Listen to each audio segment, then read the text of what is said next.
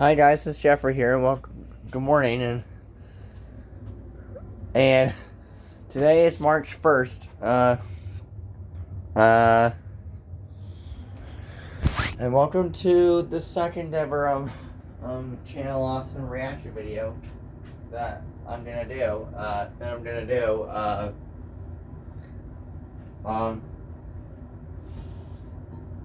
Again, it's Disneycember, and it's the wild, the wild.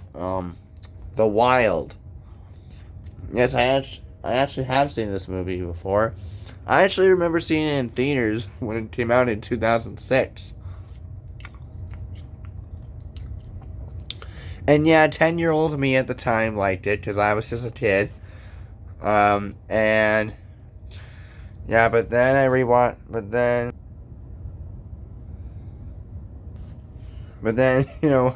high school.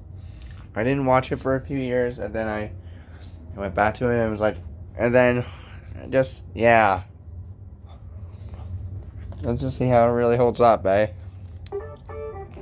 This is Jules, VP of a ketchup company, about to use Grammarly to handle a PR issue.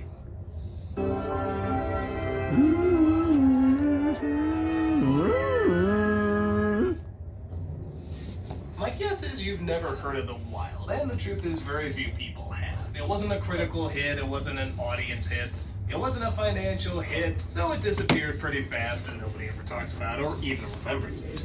And to be honest, yeah, I can kind of see why, but on the other hand, there's some really good, funny stuff in this. Yeah, I know that sounds crazy, especially considering how the other half of this stuff is not so great. In fact, it's kind of obnoxiously annoying. Good lord, not only is some of the copy in this funny, but it's inventive. I mean, there's some real out-of-the-box jokes in this movie. I think they deserve to sort of be acknowledged. The premise? A lion and his cub live in a New York Zoo. The cub is feeling envious because he doesn't match the bravery and the stories of his father.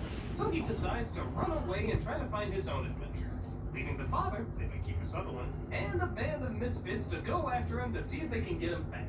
These misfits include a koala, played by Eddie Izzard, a giraffe, played by Ginny Garofalo, a squirrel, who's totally in love with her, and a not very bright snake. So, yeah, on the surface, this sounds like a very nothing kind of story, and maybe that's why a lot of people didn't see it. Well, okay, I have to be honest, that's not the only reason. Lines like this are why.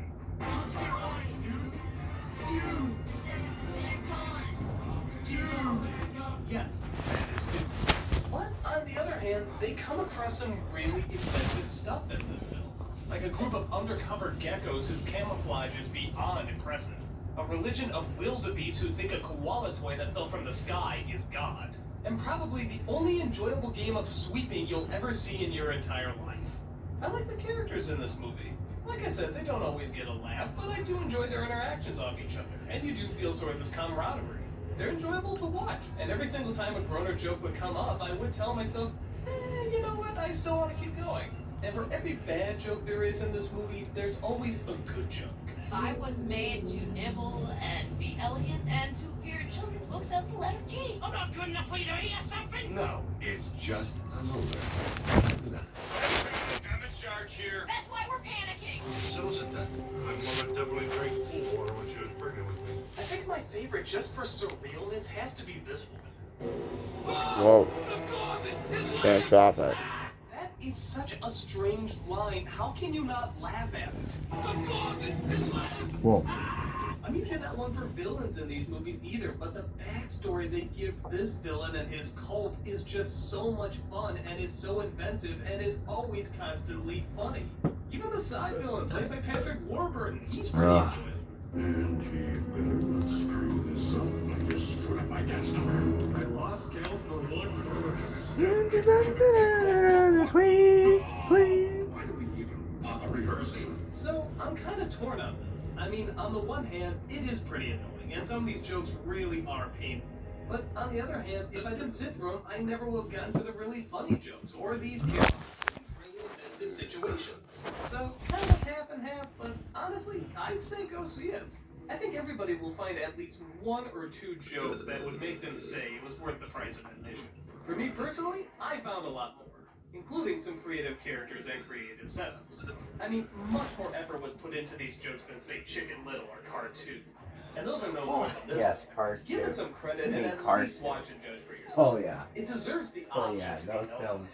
By no means flawless. Those films In fact, were in really reality, bad. it Those probably movies. has too many flaws. Those But movies stuff were that's really good, bad. I'm really glad I saw it. And surprisingly, I may even check it out again in the future. Take it for what it's worth. Find out for yourself. Okay. Well played. Well played, Doug. Well played.